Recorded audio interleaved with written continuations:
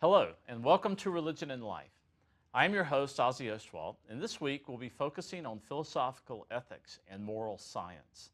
Our guest, Dr. Matt Rubel, will help us understand the principles behind moral science and how this field helps us to understand ethics and ethical reasoning. Welcome, Dr. Rubel. May I call you Matt? You may, please. The name Rubel will be familiar to many of our viewers because there's been a Rubel on staff in our philosophy department for what, 50 years maybe? Your father? Just about, that's right. Yeah, and you were one of our undergraduate students years ago and I was. went on to pursue graduate studies in philosophy and I did. have now returned to join us as a philosopher. So I'm delighted to be back. It's really nice to have you today. Thanks, you. Ozzie. It's nice to be with you. So moral science, it's a phrase that I wasn't familiar with until recently. Sure. What is it? And I want to talk about the club that you've sponsored, but first of all, what is moral science? Sure. So, I mean, in one respect, the title of the club, Moral Science Club, is in a kind of homage to a long-standing club that started in Cambridge in 1872 or something. Mm-hmm. And the club was about gathering weekly to talk about some issue of morality and its intersection with science. And this has gone on, and so I thought we're looking for club ideas in the department, and I thought this would be a really good one because the issues that the folks began talking about in the original Moral Science Club have never really been resolved. They've only been updated with higher tech. Mm-hmm. And so to get at your answer to the question, what is moral science, you can sort of think of this phrase as having two meanings. We want a science that is moral. We want our science to be engaged in moral pursuits and the activity itself to be moral. And on certain understandings of science, this is hard to do. Science is supposed to be value-free. Mm-hmm. And to say that we want our science to be morally sensitive threatens that status in some ways, and it's hard to reconcile. The other meaning of it is the science of morality. What, if anything, can science tell us about the nature of morality or moral responsibility? And from old studies, from the Zimbardo prison experiments to the Milgram studies where participants were shocked into submission and the other subjects in the test buckled to the authority in delivering deadly levels of voltage to people. These same sort of concerns, why is it that humans do wrong, why is it that they do good, have been updated with higher tech neuroevidence in frontal MRI, so brain scans. And you're actually working in that, more in that second understanding of moral science, is that correct? Yes, I mean both, I'd like to think. Mm-hmm. In part, one must engage the question, what can neuroscience tell us about the nature of morality? But once one takes up that question, I found for me that the second question of, can we do neuroscience in an ethically permissible way? What are the concerns about this? Those two sets of questions seem so interlaced to me, it was hard to take up one without considering the other. Sure. So in your club, so it's a club for undergraduates. It is. So this is very much in the vein of the historical club. You meet, you take up issues of morality and ethics, and discuss how scientific and technological advances impinge upon those issues. Is that essentially what you do? Yeah, I mean, I might even say it's a little broader than that. I mean, just so yes, it's a club for undergraduate students. It doesn't matter what your major is. We have students from all sorts of majors, come from biology to psychology, of course, philosophy and religion, who are drawn to the club in some way. But the club is really focused on anything remotely related to morality or ethics. Okay. We want a really wide tent. So whether that be faculty come in and speak, we've had undergraduate students speak, not necessarily, again, philosophy majors. I hope to have a graduate student in the counseling program come give a talk either later on this semester or sometime in the spring. So we want that club to be attractive to a wide range of people on a wide number of issues. Okay. The nitty-gritty of the club would be to really look at how science and morality interplay. Could you give me an example, say, of an issue in ethics or a moral conundrum or such, where technological changes or scientific understanding, say, over the last few decades, has really changed the way we view that moral issue? So yeah, in part because neuroscience produces so much academic material. I think I was just reading this morning, I believe in 2008 alone, 17,000 journal articles in neuroscience were published. That's just a massive amount of information, and surely there will be meta-analyses that come out of that at some point in time. But really starting, I think most of the credit in a new issue that has emerged goes to a psychologist named Joshua Green, who wrote a paper interpreting various brain scan studies to really controversial conclusions. And so an example of the moral dilemma that you're talking about, and I was warned by some of my mentors to never go down this road because these examples are too abstract, but they've taken on a new meaning, and these are what we call the classic moral dilemma thought experiments in philosophy. Philosopher Philippa Foot and Judith Jarvis Thompson made these examples popular. They're called the trolley problems. So a trolley is headed down a track. It was headed down a track toward 5 people. You stand next to a lever. If you push the lever, it will redirect the trolley away from those 5 people, but on a track toward 1 person. Those 5 people will be saved if you pull the lever, but 1 person will die. And there are variations of this. And so we have divided verdicts. Most of us, I think, would pull the lever in that case to save the 5. We're not comfortable with the 1 perishing, but that's the nature of a moral dilemma. Right. We have to make hard choices. And these examples came from these British philosophers, Philippa Foot and Judith Jarvis Thompson, back in the 50s. So we've had these examples for a long time to think through. How they've taken on a new complexion now is that we ask people those questions, and as they give responses to that particular case and many like it, we watch what happens to their brain. We see what areas light up, and we begin to develop associations that this particular region of the brain seems to be associated with these types of responses. So one area lights up for the people who would push the lever to save the 5 people, and for the person who decides they cannot bring themselves to push the lever because they feel like they'd be killing the 1 person, different areas of the brain light up. So you can locate areas of the brain that are involved in moral decision making. Yes. And there are some rough distinctions that we're beginning to map now.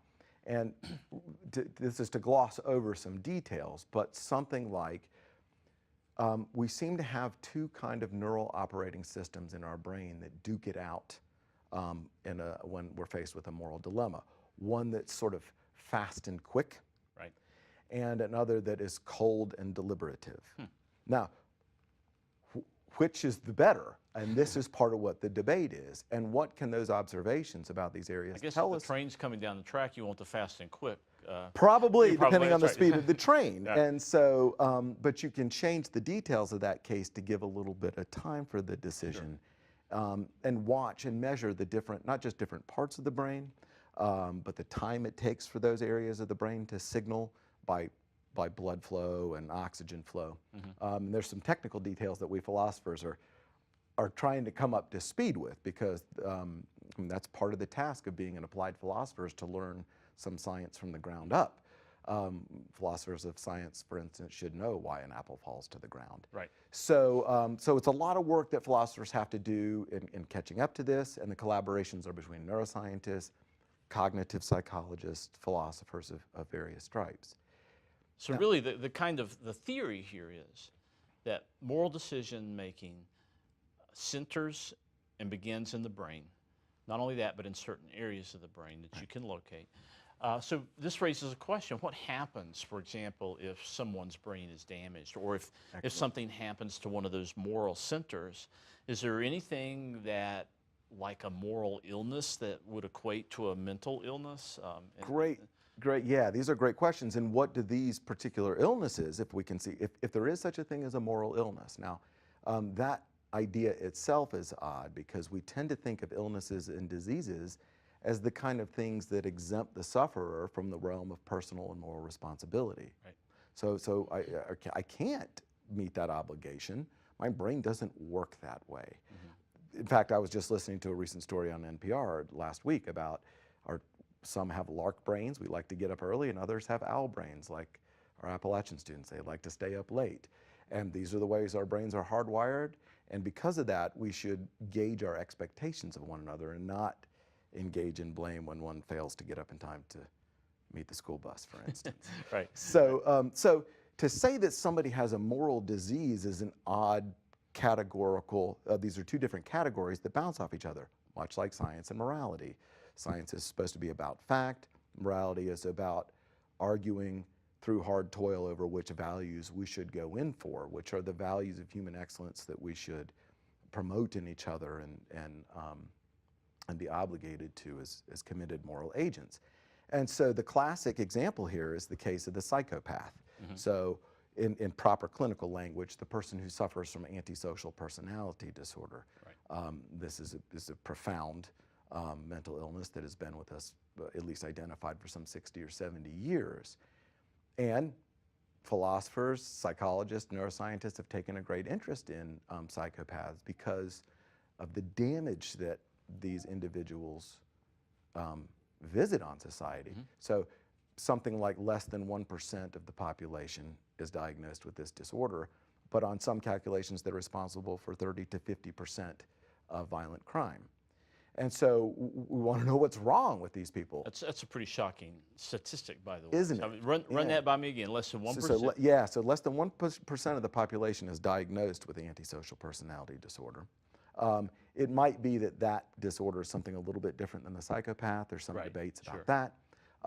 But the estimation, and this is from a group of sociologists, psychologists, Blair and Associates, who I think 2008 is the book, where they speculate that from this less than 1% of our population, some 30 to 50% of all violent crime is committed by them. It is. I mean, one might wonder, how is that even possible? Right. But even if it's 30 to 50% is a broad range, but even if it's on the low end, 30%, that's a third of all violent crime. So they do a lot of damage. We have moral obligations then to try to understand. Sure, absolutely. I mean, not just what we should do to them in response to their wrongdoing, but if we can ever do anything preventive. Why do we produce a society that produces these characters? Let me stop you right there. Yes. You said one thing that we might learn and understand is, can we do something preventative? Yeah. Now, you seem to suggest that maybe there's something as a society that could prevent this, but is this field leading to the point where something preventative might include intervention into the brain and the way the brain works, since we're trying to locate how the brain works to make moral decisions? See what I'm saying here? I do. And this is the morality of science. Right. It goes back to the other way of understanding morality. Suppose science can show us that the brains of psychopaths are broken. Right. So when we put psychopaths in the fMRI booth and ask them about the trolley problems, what does their brain look like? And apparently it looks a little bit different than most of us. Now, does that difference itself show us that these folks are disordered, are sick, and that they should be, say, excused from moral responsibility because they can't possibly hope to act according to moral demands?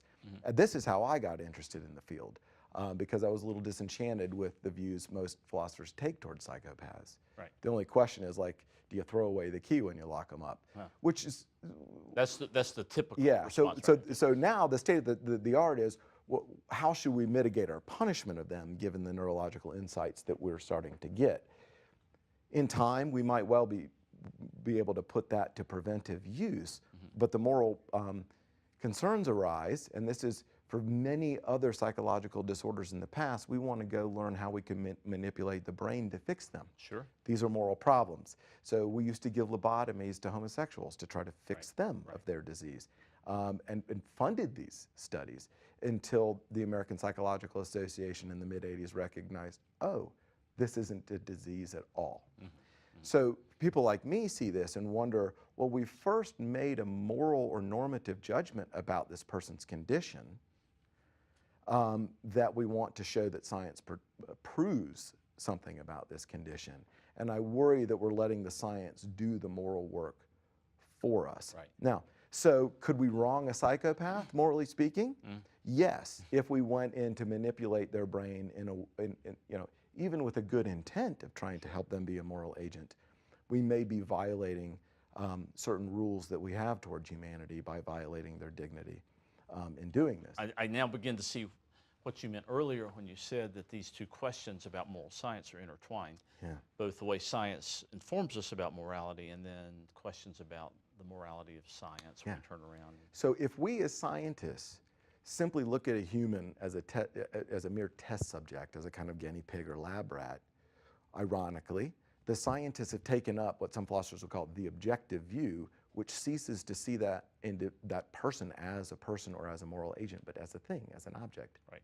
And this is precisely the perspective that psychopaths take toward the people that they violate. Right. So the worry is we don't want to use science as a method of psychopathy to bring to bear on the psychopath, to heal the psychopath. This is not good. Yeah. This is a cycle we could hopefully avoid.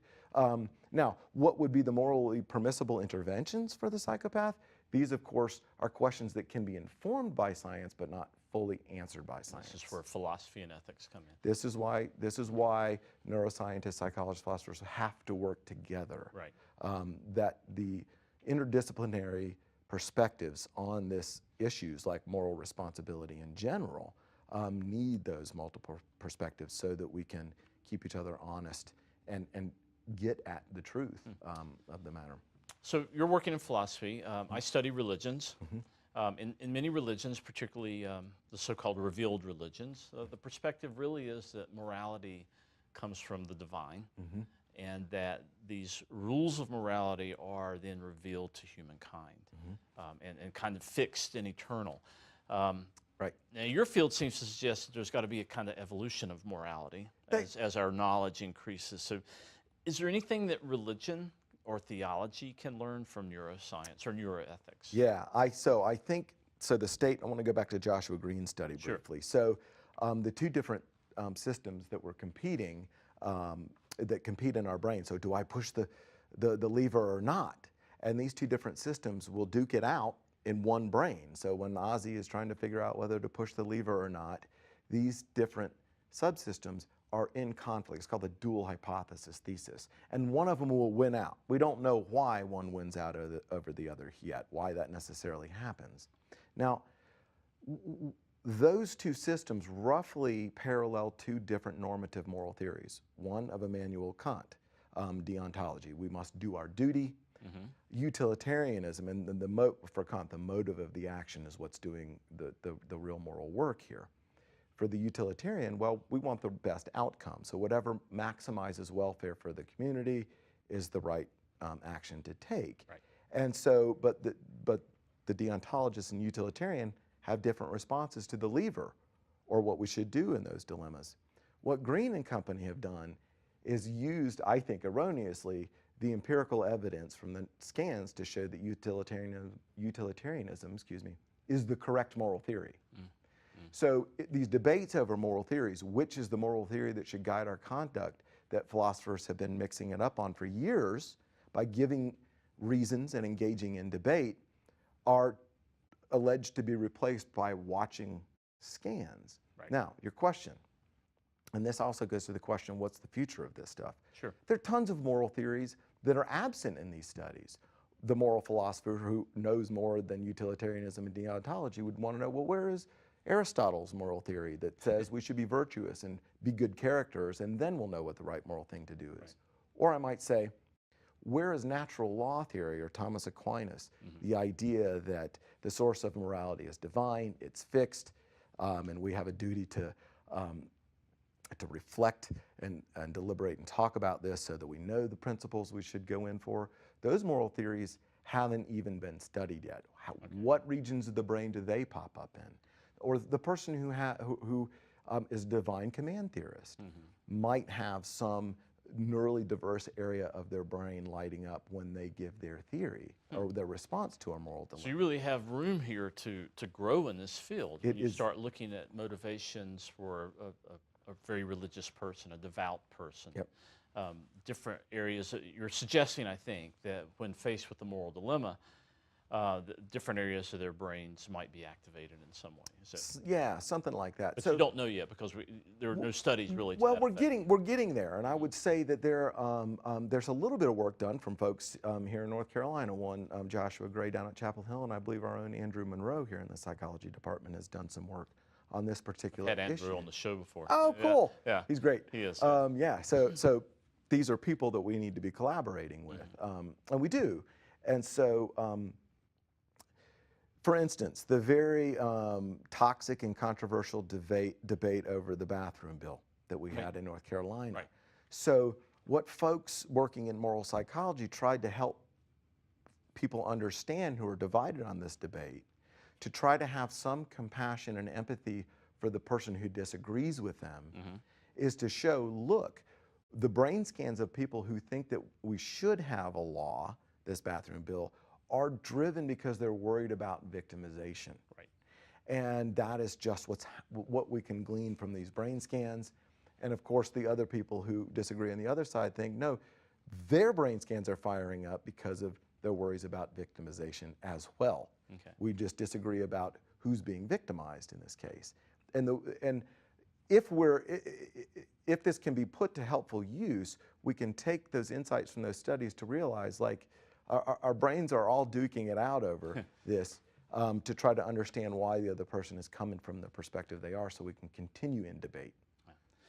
This is fascinating, man. I wish we could sit here longer. Unfortunately, we're out of time. Oh, wow. Yeah, Okay. so I look for great things from you. This is a fascinating and important field. I agree. I think it's going to inform philosophy, ethics, and religion and theology down the road. And we're just happy to have you on this campus doing this important work. And thank you for coming. Thank you, Ozzie. Thank you. Right, Thank you very much. It's a wonderful show. Well, thank you for joining us on Religion and Life, brought to you by App TV. We'd like to thank our guest, Matt Rubel, for stopping by this week.